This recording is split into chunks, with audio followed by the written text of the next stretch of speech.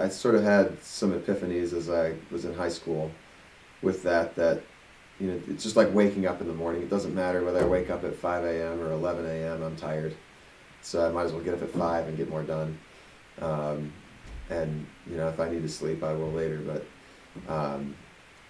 I sort of just figured out that, hey, if I enjoy making people happy, and I can do that a lot better if I'm chatty and making people laugh. So that's what I do. I've always had, though, sort of that pride of my environment, the school spirit, rah rah. So actually, I had to tone that down at UVA, believe it or not.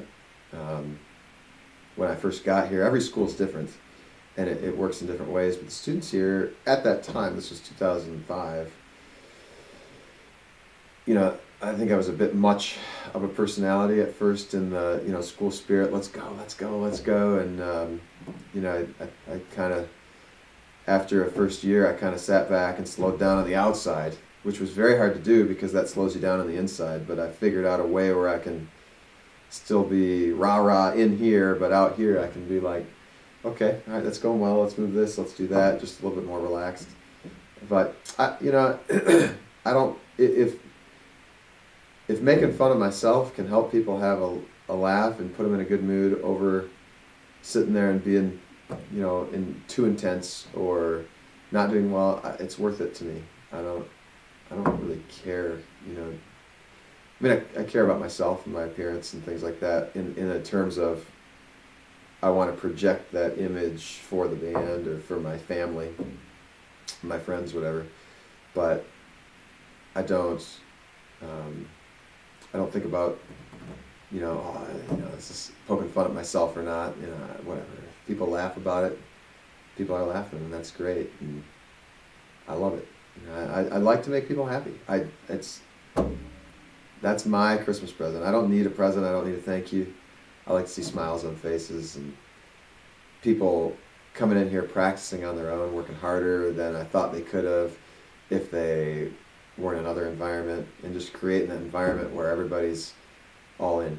I want to make sure we are very inclusive with what we do. The students here are all smart and they're very good, and there's a lot logistically to be done before band camp, so a lot of times I won't write the drill. Actually, all but one time, I think in my 10 years, I won't write the drill before band camp, and I'll do it once we get here and I see everybody march and what level they're marching at and what strengths we have and weaknesses, and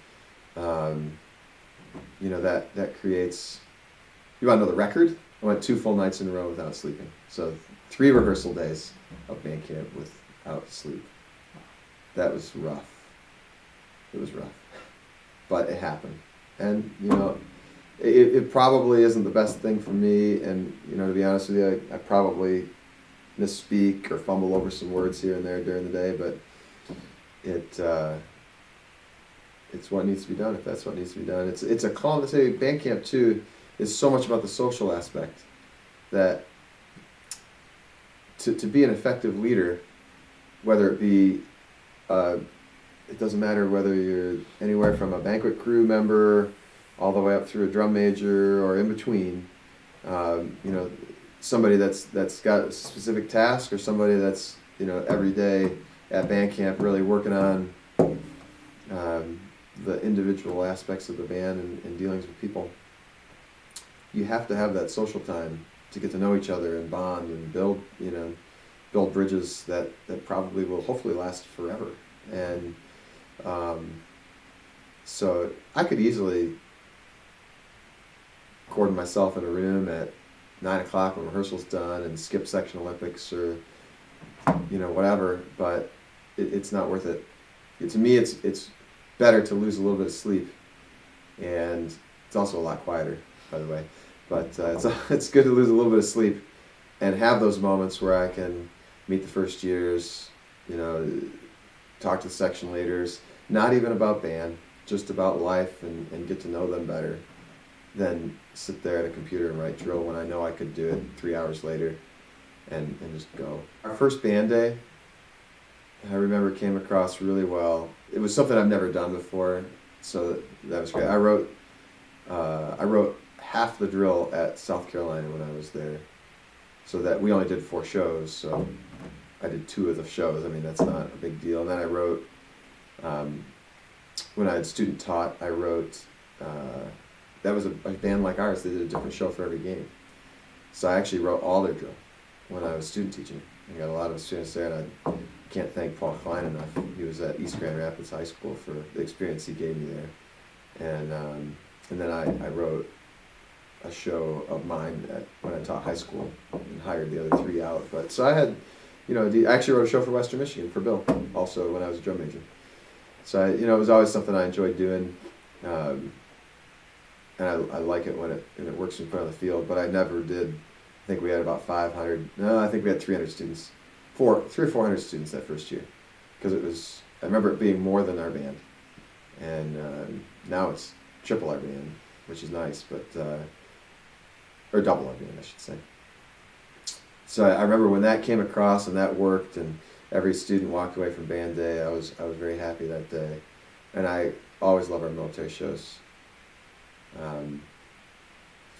There's so many great shows that we've done.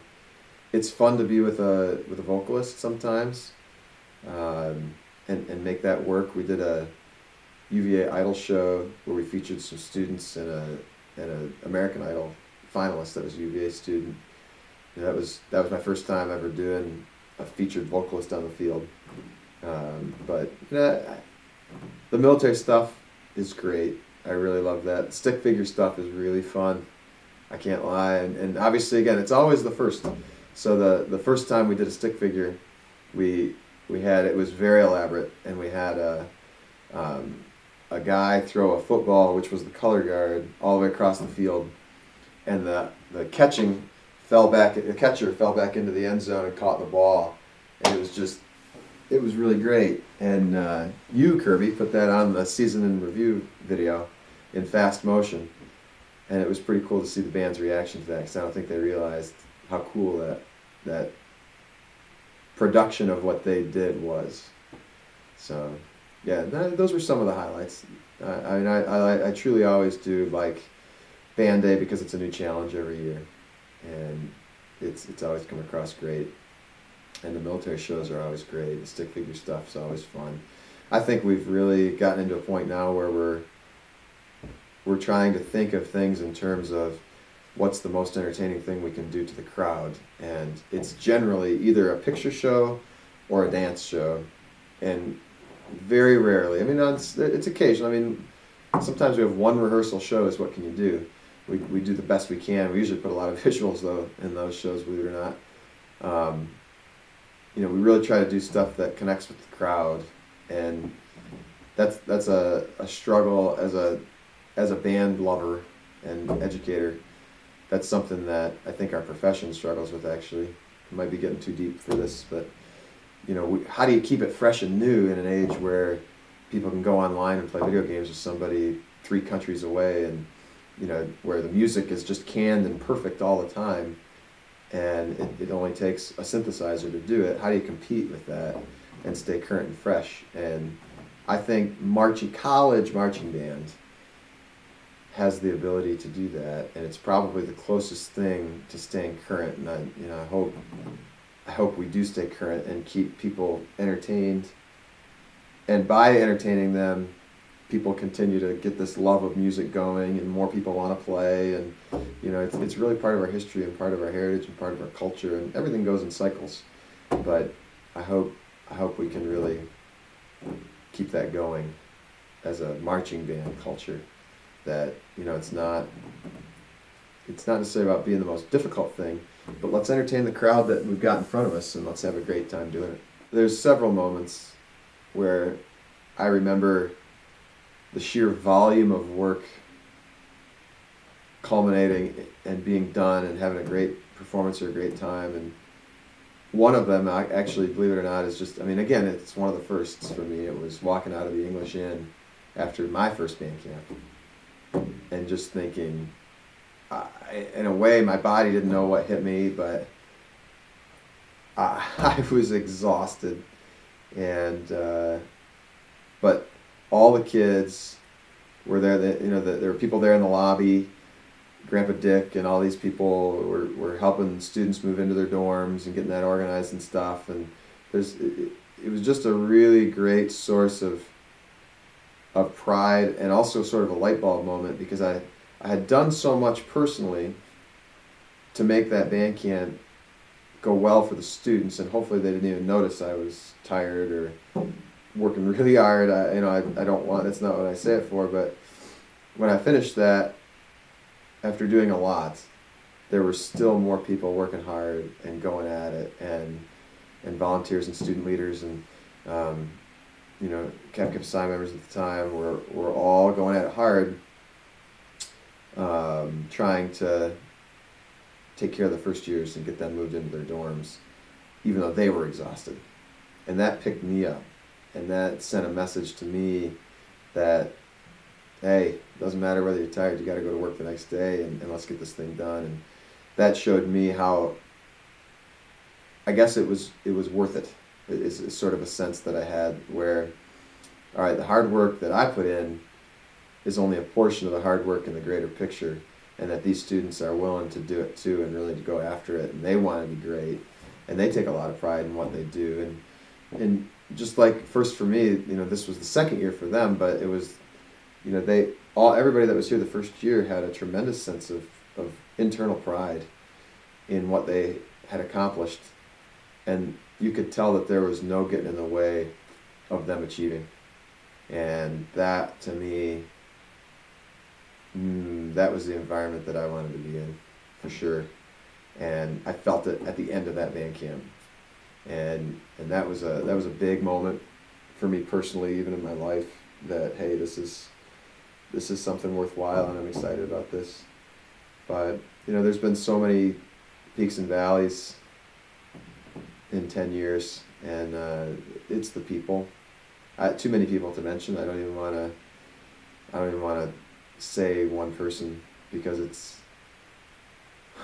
it might be a cop out, I guess, but they're just, I think about some of the leaders that we've had, and some people that chose not to be on leadership also. Just great band members, but did the band for 4 years and made a big impact by following and being great followers. And that's a trait that I also try to put in myself and the people around me, is you got to be a follower before you can be a leader. And the first follower is a big deal too. But it's the people that was what makes this band special, not what we did, not what we do. I mean, it's a big time thing that, we went to Costa Rica, we went to Australia, we played for this person, we've got this beautiful building, thanks to Mrs. Smith and the Smith family starting the band. And there's just so much great things that happen, but the things are not what makes life special. It's the people and the interactions that you have with people that really keep me going. I got a bun in the oven, so hopefully I'll be here for at least getting her through college, and then a few years after that to pay the bill back. But so with any luck, I'll hopefully be here for a very long time to come.